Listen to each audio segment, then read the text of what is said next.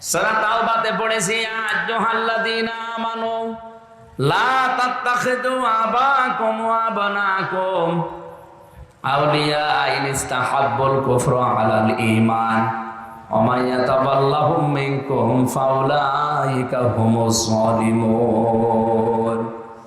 ওহে যারা বিশ্বাস করো আল্লাহ একজন আছে, কিয়ামত হবে, তারা শোনো, কখনো তোমাদের মা বাবা, তোমাদের সন্তানাদি, স্ত্রী পুত্র, এগুলোকে এরা যদি ইমানের পরিবর্তে কুফরিকে বেশি ভালোবাসে, তাদের সাথে সম্পর্ক রাখা যাবে না।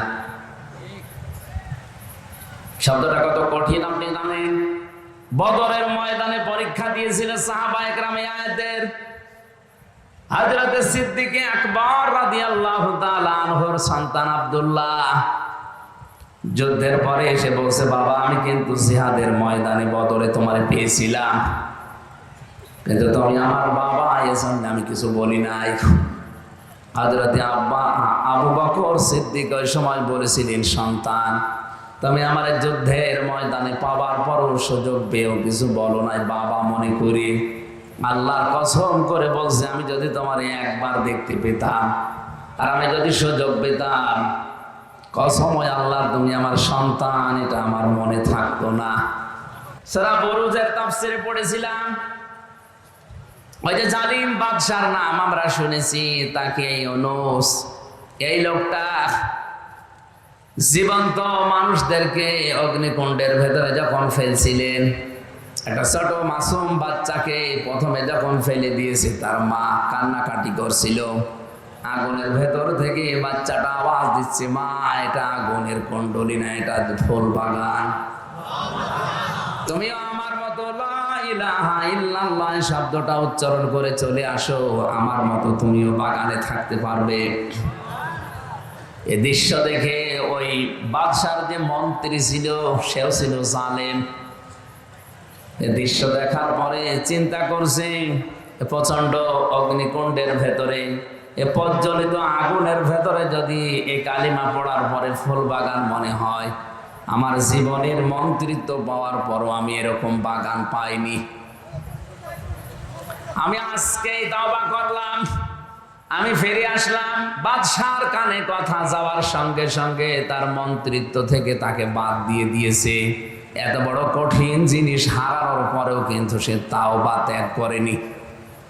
আর আপনি আজকে এখান থেকে আনিব ইলা রব্বিকুম, এ শব্দ শোনার পরেই মনে করছেন তো সহজ শব্দ, আল্লাহর দিকে ফিরে আসা, এই আর কি, এই আর কি। আপনি মিলিয়ে দেখেন আপনার জীবনে কত কিছু ছেড়ে দেওয়া লাগতে পারে।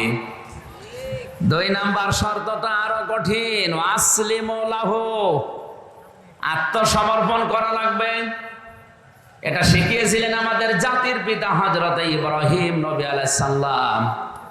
আত্মসমর্পণ আল্লাহর বিধানের সামনে কি করে করা লাগে, তার জীবনে 50টা পরীক্ষা দিয়ে তিনি আমাদেরকে দেখিয়েছেন।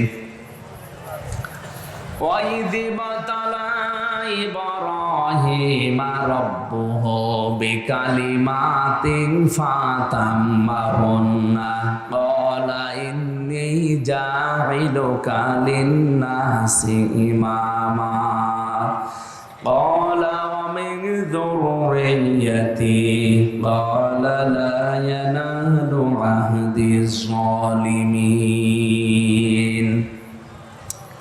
সূরা বাকারার 124 নম্বর আয়াতে আল্লাহ বলেন, আমি ইব্রাহিমকে পদে পদে পরীক্ষা নিয়েছি জীবনে।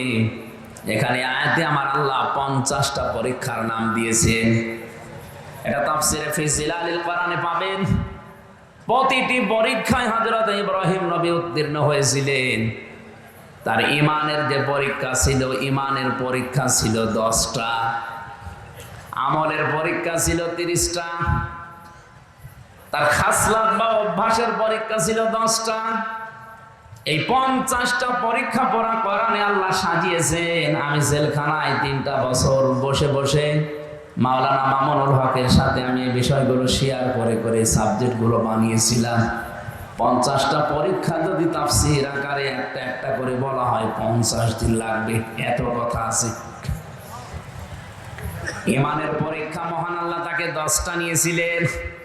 আমার বিষয়ে কথা নাই, জন্য আমি শুধু টাচ দেই। আমলের পরীক্ষা নিয়েছিলেন তার জীবনে 30টা। সূরা আহজাবের 34, 35, 35 নাম্বার আয়াতে আল্লাহ বিষয়গুলো তুলে ধরেছেন। সূরা তাওবার 111 নাম্বার, 12 নাম্বার আয়াতে এগুলো আল্লাহ তুলে ধরেছেন। সূরা মুমিনুনের 1 থেকে 12 নাম্বার আয়াত পর্যন্ত আল্লাহ বিষয়গুলো তুলে ধরেছেন। 30টা পরীক্ষায় তিনি 30টাই পাশ করেছিলেন। তার শরীরের ভেতরে স্বভাব সংক্রান্ত কিছু বিষয় আল্লাহ পরীক্ষা নিয়েছিলেন 10টা পরীক্ষায় তিনি উত্তীর্ণ। এই 50টা পরীক্ষায় পাশ করার পরে আল্লাহ তাকে ঘোষণা দিয়ে জানিয়েছেন, তোমাকে আমি মানব জাতির জন্য নেতা ইমাম বানিয়ে দিলাম। হযরত ইব্রাহিম সঙ্গে সঙ্গে বলেছিলেন, আল্লাহ নেতৃত্ব দেওয়ার এই গুণাবলী এটা কি শুধু আমিই পেয়েছি, নাকি আমার সন্তান আদি দুনিয়ায় যারা আসবে তারাও এটা পাবে, যে তারাও নেতৃত্ব দিতে পারবে? ভালো করে শুনবেন।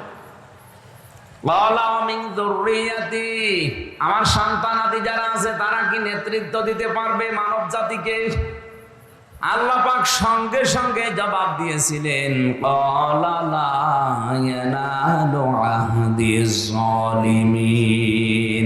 এই যে ইয়ানালু এটা মুসারে বর্তমান ভবিষ্যৎ, প্রেজেন্ট ফিউচার। আহাদ মানে অঙ্গীকার করা, ওয়াদা করা। আল্লাহ বলেন কোন জালেমের জন্য আমি আল্লাহর কোনো অঙ্গীকার নেই, ওয়াদা নেই। তার মানে আয়াত দিয়ে আল্লাহ ফতোয়া দিয়েছেন কিয়ামত পর্যন্ত কোন জালেম পৃথিবীর মানব জাতির নেতৃত্ব দিতে পারবে না। অথচ আজ পৃথিবীর বড় বড় জালেম যারা, তারাই নেতা হয়ে বসে আছে। তারা আজ ইমানদারদেরকে নিষেধ করে যে তোমরা এই লাইনে আসার দরকার নেই। আরে ভাই, আপনি তো জুলুম করছেন আপনার নফসের উপরে, আপনি জুলুম করছেন আপনার জনগণের উপরে, আপনি জুলুম করছেন ফিলিস্তিনের মানুষের উপরে। আপনার জন্য এই শব্দটা বলা মানায় না, তোর জন্য। এই নেতানিয়াহুর মতো এই জঘন্যতম বেয়াদবকে আপনি বলা সাজে না, ওরে বলা লাগবে তুই। তোর জন্য পৃথিবীতে নেতৃত্ব দেওয়াই জায়েজ নেই। তোর অনুসারী দুনিয়াতে যারা আছে তাদেরও নেতৃত্ব দেওয়া হারাম। আপনি কি মনে করছেন ওরা আল্লাহ একজন আছে বিশ্বাস করে না? করে। কেন? অহংকার করে, হিংসা করে, শুধু আমাদের নবীকে ওরা মানে নাই। এই জন্য ওদের উপরে আল্লাহ নিজে লানত দিয়ে দলালাত, গোমরাহি এই শব্দটা ওদের উপরে চাপিয়ে দিয়েছেন। প্রতিদিন আমরা লক্ষ লক্ষ মুসলমানেরা ওদের জন্য বরদোয়া করি, গায়রিল মাগদুবি আলাইহিম ওয়ালাদ-দাল্লিন।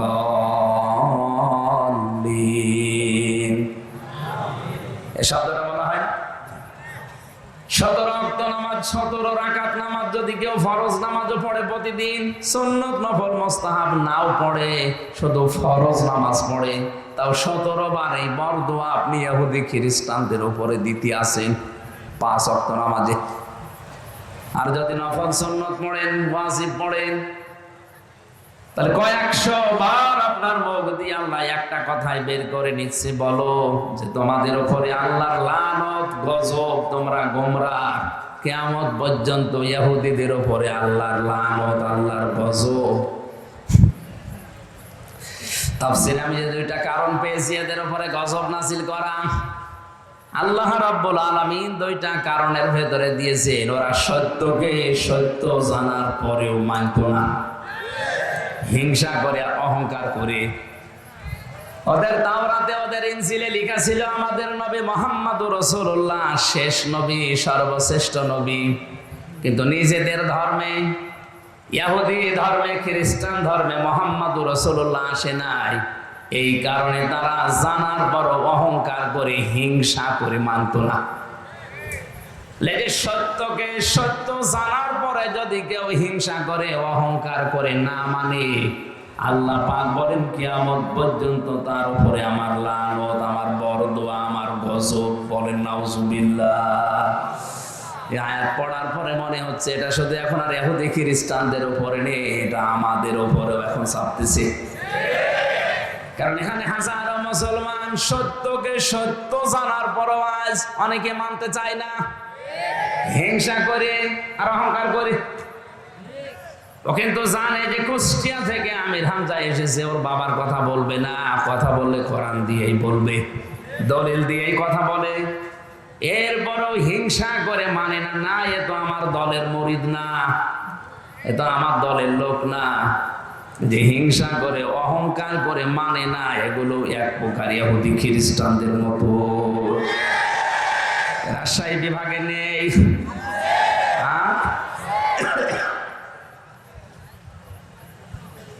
আমি আসলিমর ব্যাখ্যায় ছিলাম। জাতির পিতা ইব্রাহিম আলাইহিস সালাম আসলিমও করেছিলেন যেভাবে। উম্মতে মুহাম্মদী আমরা যারা দাবি করছি যে তাওবা করে ভালো হয়ে যাব, আমরা যদি তার মতো আসলিমও করতে পারি। গাছের মাথায় বসে কোড়াল দিয়ে কাঠ কাটছিলেন। আল্লাহ পাক বলেন আসলিম ইয়া ইব্রাহিম, হে ইব্রাহিম আত্মসমর্পণ করো। গাছের মাথায় বসে প্রশ্ন করেছিলেন কিভাবে, বলেন ওখান থেকে খাতনা করো। ওই যে ইব্রাহিম নবীর স্বভাব সংক্রান্ত যে 10টা বিষয় বলেছিলাম, পরীক্ষা নিয়েছিলেন আল্লাহ, তার ভেতরে খাতনা করা একটা। এটা ইব্রাহিম নবীর সুন্নাহ।